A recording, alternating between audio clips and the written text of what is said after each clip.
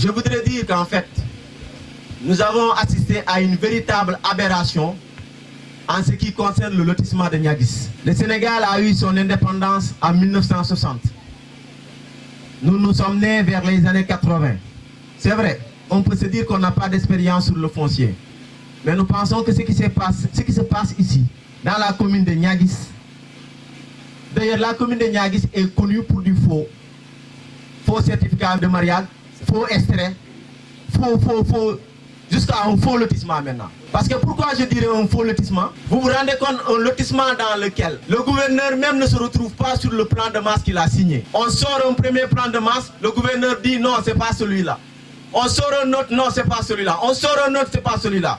Mais le gouverneur lui-même, il devrait être le premier à se saisir avant la justice. Et nous devrons vous rappeler que le comité de veille et d'alerte des villages impactés par le lotissement de Niaguis, ce comité a été le premier à déposer une plainte contre la mairie de Niaguis. Mais malheureusement dans ce pays, c'est que quand vous portez plainte contre des autorités, c'est l'impunité totale.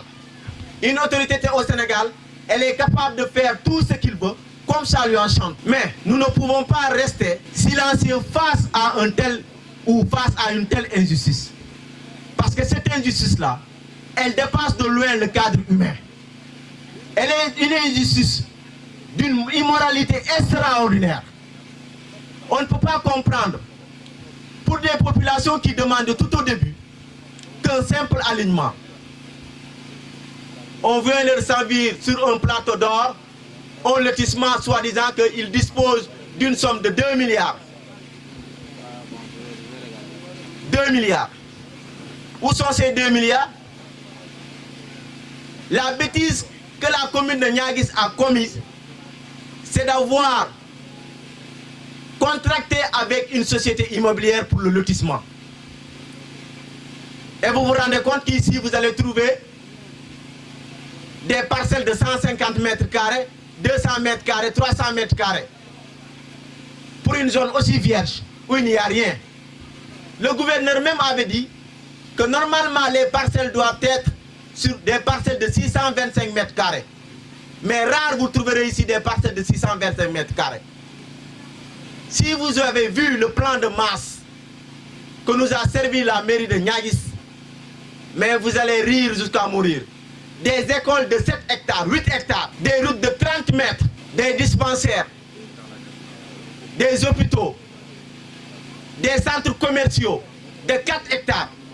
Vous vous rendez compte? On est dans quel pays? Mais c'est parce que ici dans ce pays, il y a des gens qui sont protégés par je ne sais pas quelle loi. Si nous avons une loi sur le vol, mais tant pis, une loi qui protège réellement les voleurs fonciers. Il y a une véritable spoliation foncière ici à Niaguis. Tout cela est dû à quoi? À la commune de Ziguinchor qui a voulu un élargissement sur 7 km. Ils ont dit qu'on va leur barrer la route. Nous, ça ne nous regarde pas. Qu'ils leur barrent la route ou pas, ça ne nous regarde pas, ça ne nous concerne pas.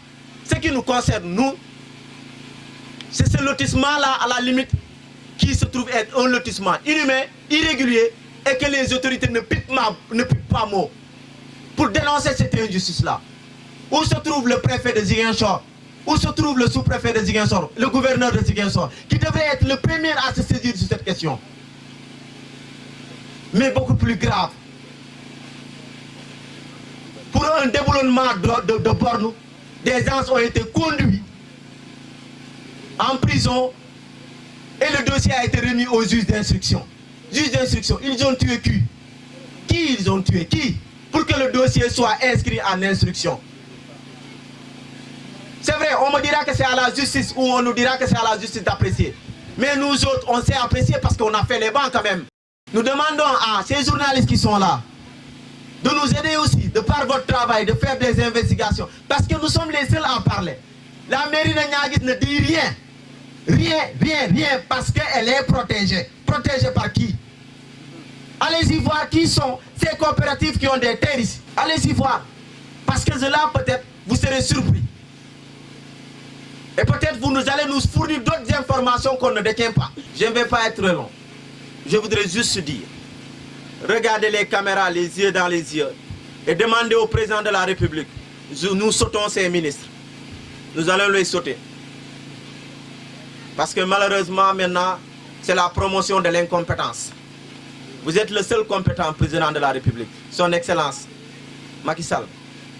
Nous vous demandons, vous avez dit que sur le foncier, vous ne voudrez pas que la Casamance soit mêlée, parce que vous avez appris l'histoire. Nous vous demandons tout simplement de faire la justice sur cette affaire.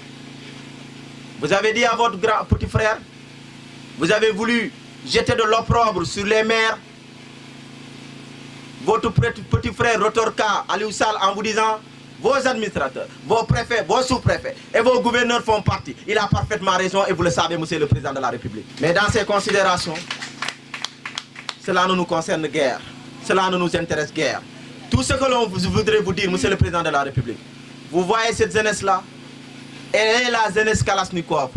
Nous sommes nés dans cette crise, nous avons grandi dans cette crise et nous faisons tout pour faire taire les armes. Aidez-nous s'il vous plaît à régler ce problème foncier de la commune de Niaguis. Une commune dans laquelle tout est faux.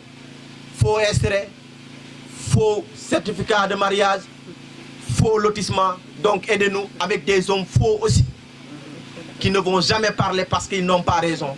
Et quand on n'a pas raison, on est obligé de se taire. C'est ce qui fait qu'ils vont toujours se taire sans rien dire dans leur petite mairie qui ressemble à, je dirais, des toilettes. Monsieur le président de la République, permettez-nous de vous dire que l'heure est grave ici, dans la commune de Niaguis. L'heure est grave. Vous avez été élu par les Sénégalais pour servir le peuple sénégalais. Ce peuple aujourd'hui est dans le désarroi. Nous avons que des marches à faire. Nous avons quelquefois que nos yeux pour pleurer. Dira un de mes amis, nos papas ne nous ont pas légué des comptes bancaires comme il se fera le cas pour vos enfants et vos arrière et petits-fils. Nous, nos papas nous ont légué que des terres sur lesquelles nous devrions nous concentrer pour pouvoir survivre. Parce que là, comme le disait Victor Hugo, en ce moment, nous existons mais nous ne vivons pas. Et Victor Hugo a dit, le plus lourd fardeau au monde, c'est d'exister sans vivre. Et nous vous demandons de l'aide, monsieur le président de la République. Si vous voyez qu'on organise des conférences de presse à ne pas pouvoir en finir, si vous voyez qu'on va marcher de l'aube au soir, c'est parce que, comme le dit Jean-Jacques Rousseau, le genre humain périrait s'il ne changeait sa manière d'être. C'est pour cela que nous voulons changer. Et nous voulons changer, aidez-nous à changer. Aidez-nous à régler la crise casamançaise qui est partie du problème foncier. Monsieur le président de la République, aidez-nous.